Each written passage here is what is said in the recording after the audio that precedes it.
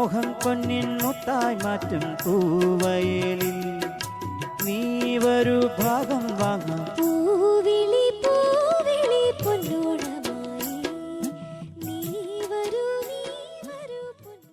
നമസ്കാരം. ഇന്ന് അത്തം. ഐശ്വര്യത്തിന്റെയും സമ്പൽ സമൃദ്ധിയുടെയും മറ്റൊരു പൊന്നോണക്കാലത്തിനു കൂടി ഇന്ന് തുടക്കമായിരിക്കുകയാണ്.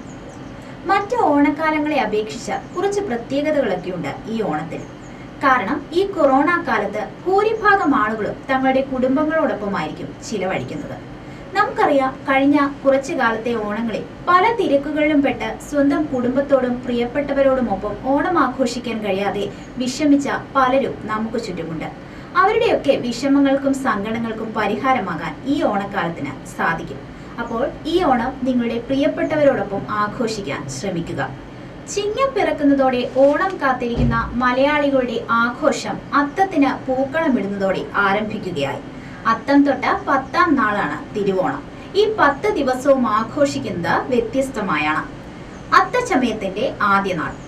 ഓണത്തിന്റെ ആദ്യ ദിവസമായ അത്തം നാൾ ആഘോഷം ആരംഭിക്കുന്ന വിശ്വാസികൾ ക്ഷേത്ര ദർശനം നടത്തുന്നതിലൂടെയാണ്.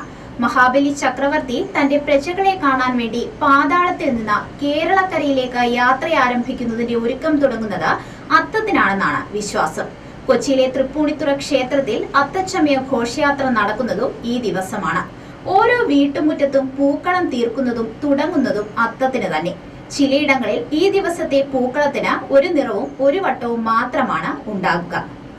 വീടൊരുക്കി ചിത്തിര ത്തിന് ഒരു വട്ടം കൂടി ഉൾപ്പെടുത്തുന്നു, ഒപ്പം ഒരു നിറം കൂടിയും.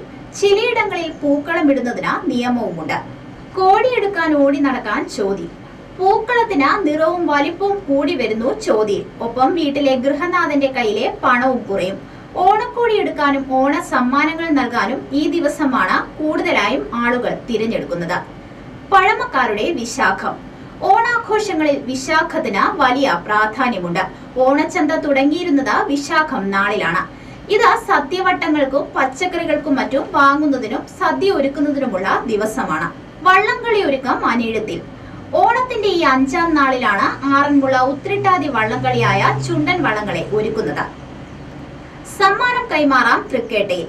6ാം നാൾ 6 തരം പൂക്കളിട്ടൊരുക്കുന്ന പൂക്കളം. ബന്ധുവീടുകളിൽ സന്ദർശനം നടത്തുന്നതും സമ്മാനങ്ങൾ കൈമാറുന്നതും ഈ ദിവസമാണ്.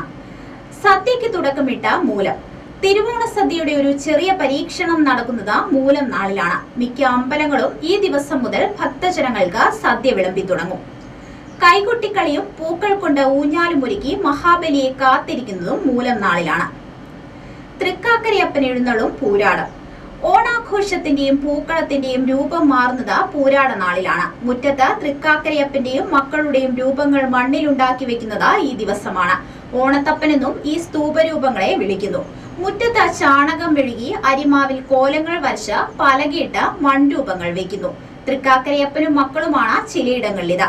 വീട്ടുപടിക്കലും ഇതുപോലെ അണിഞ്ഞ് മൺരൂപങ്ങൾ വെക്കും. 9ാം നാൾ ഉത്രാടപ്പാച്ചിൽ.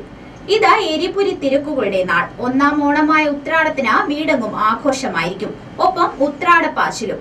പിറ്റേന്ന് തിരുവോണ ദിവസമായതിനാൽ പച്ചക്കറികളും പൂക്കളും പലഹാരങ്ങളും എല്ലാം വാങ്ങാനുള്ള ഓട്ടത്തിലായിരിക്കും എല്ലാവരും.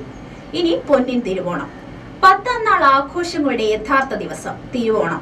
ചിങ്ങം പിറന്ന നാൾ മുതൽ കാത്തിരിക്കുന്ന ദിവസം. ഓണക്കോടി ഉടുത്ത മഹാബലി ചക്രവർത്തിയെ കാത്തിരിക്കുന്ന ദിവസം. പായസവും പഴവും പപ്പടവും ചേർത്ത് സദ്യ ഒരുക്കി മലയാളികൾ ഓണം ആഘോഷിക്കുന്നു. കുടുംബത്തിലെ മുതിർന്നവർ മറ്റുള്ളവർക്ക് ഓണക്കോടി സമ്മാനിക്കും.